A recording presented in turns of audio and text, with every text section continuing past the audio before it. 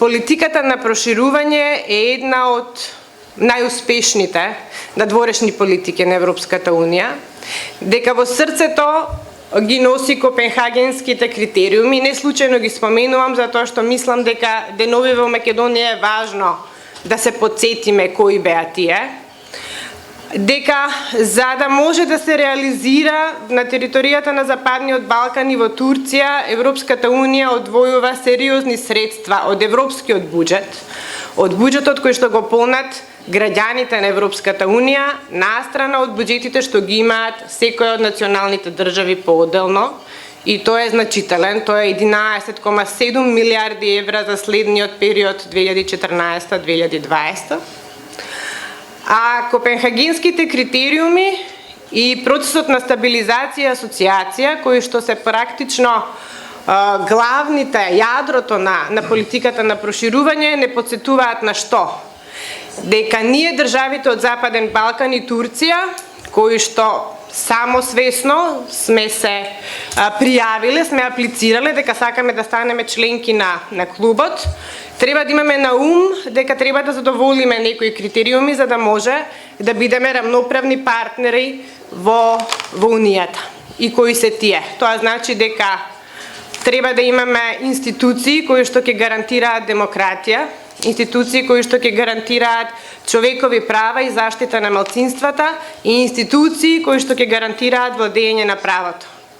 Вториот критериум вели дека треба да имаме економии, пазарни, функционални пазарни економии кои што ќе бидат способни да се справат со притисоците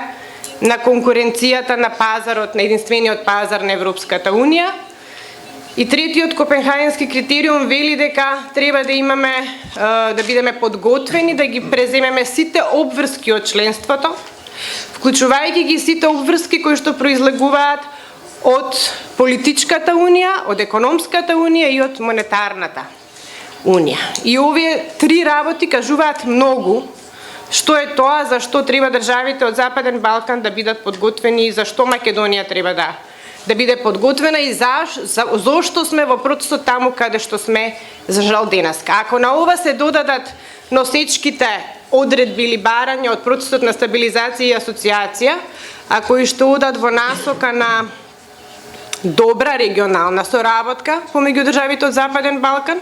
и добри меѓусоседски односи како предуслов за членство во Унијата, мислам дека сликата станува целосна. Пред да им препуштам на колегите да разговараат што кажува анализата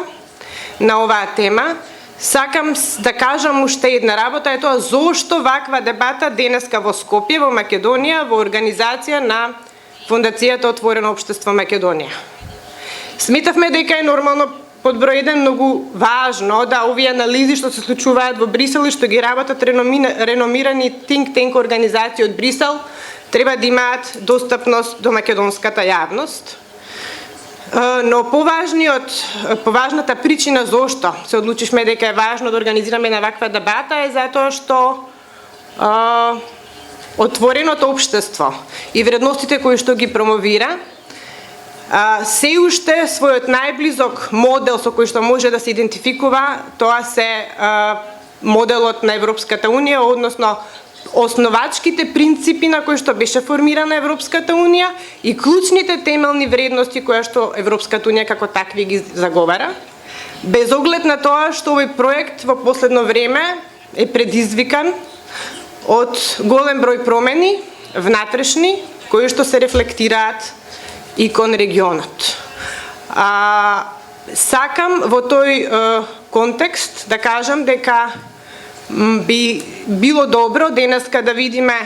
што и кои се тие предизвици на планот на проширувањето, кои што ги покреваат самите држави членки, кои што многу често или почесто ги покреваат и националните влади на државите во регионот, а истовремено да видиме кои се можностите да на овој план како регион и како држави направиме напредок. И во тој контекст ќе ве потсетам, верувам сите видовте, заклучоците на Советот на министри од 15 декември, сериозно подвлекува дека политиката на проширување е една од клучните политики на Европската Унија, но дека при тоа ќе се инсистира на сериозен, ригорозен принцип на условеност за влез во Унијата и при тоа дека секој од државите членки ќе напредува во процесот согласно сопствените успеси и заложби. И како никогаш досега ми се чини, барем за Македонија, Советот донесе голем број заклучоци кои што треба да не потсетат што е тоа на што треба да водиме сметка во иднина.